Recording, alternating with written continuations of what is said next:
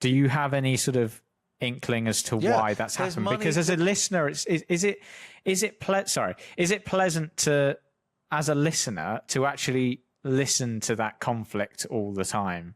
It's not aimed at you. It's not aimed at I suppose. Left of centre, however slight, however big. It's not aimed at us. It's the foxification. It is the, conflict sells.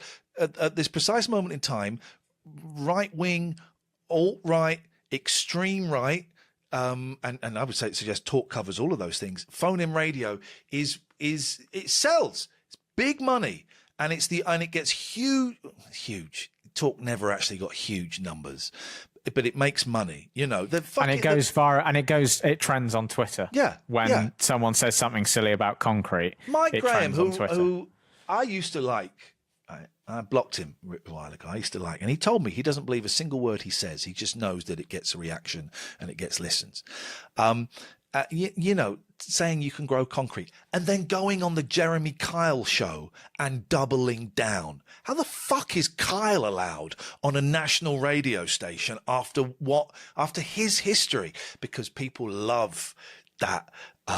They love people who just speaking, like just saying what we're all thinking. Piers Morgan just saying what we're all thinking. Let's put those woke snowflake lefties to shame. Where actually it's those people. If you say something about Piers Morgan, blocks you, block me. You say something about Mike Graham, they're the ones that get upset, more upset than the liberals, And the left has huge problems as well. And there's arseholes in the left as well. And there's extreme left. So I don't want to, but that stuff sells. Whimsy and open conversations about addiction and mental health and, playing silly, like giving away rock groups, that doesn't sell.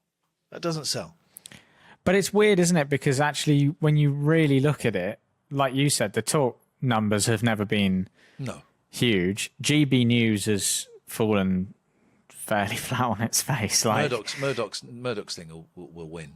He's timed it brilliantly. Yeah. He's timed it brilliantly. He's watched GB News fail, huge fanfare, and then fail, and he can come and go, well, this is how you do it. And he'll do it a little bit subtler, but it's talk radio, it's Julia Hartley-Brewer and it's Mike Graham and it's Jeremy Kyle. It'll be that stuff that I could have done that.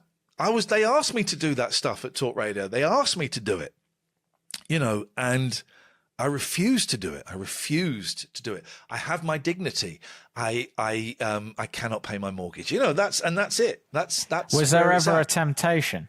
Were you ever tempted? Good. Okay.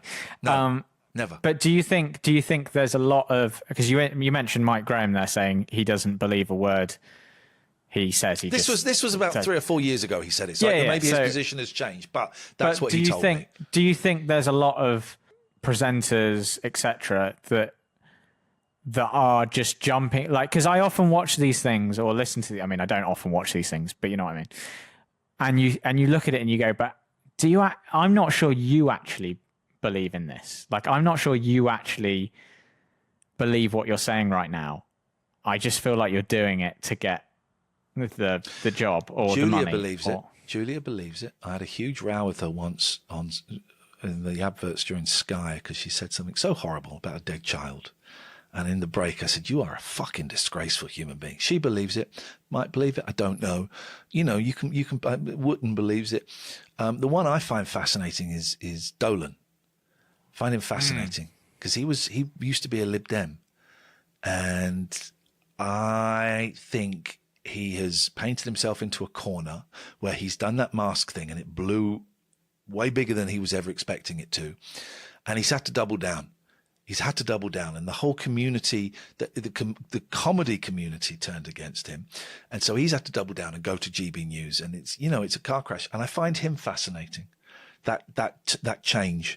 And, has his eyes been opened to the virtues of the right, or is it the money, or what? Or is it the ego? I don't know. But I find him fascinating and creepy. He's creepy. He's a creepy guy.